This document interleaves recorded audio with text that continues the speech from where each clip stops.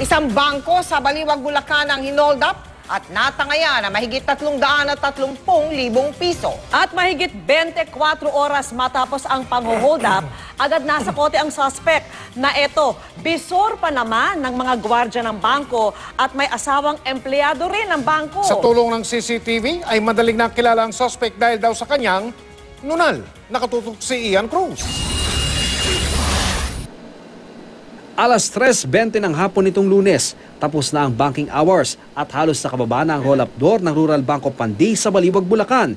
Maya-maya, biglang pumasok ang isang armadong lalaki na kasombrero at nakatakipang muka.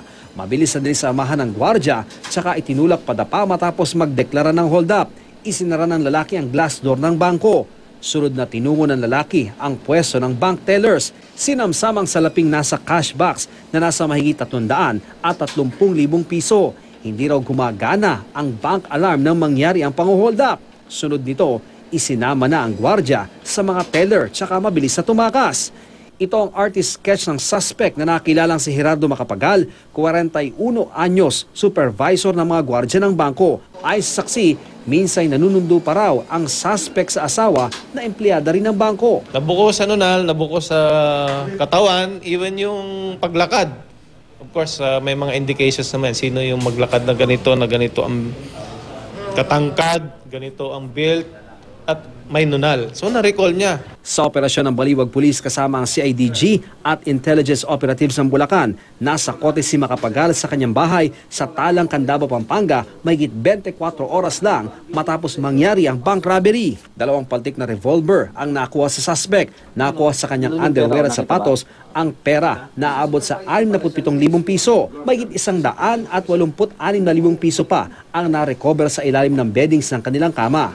Ang halos 85,000 hindi na nakuha dahil posibleng nagas na raw ng suspect. Giit naman daw ng suspect. Yun lang sinasabi niya sa amin. Paulit-ulit na binabanggit na wala naman siyang intention talagang gawin at parang biro niya lang daw. Naharap sa reklamong robbery sa Piskalya ng Bulacan at illegal possession of firearms sa Piskalya ng Pampanga ang suspect.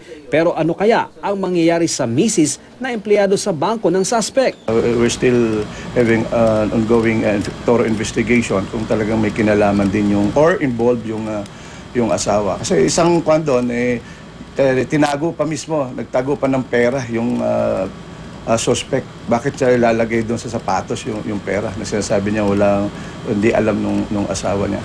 Ian Cruz, nakatutok, 24 oras.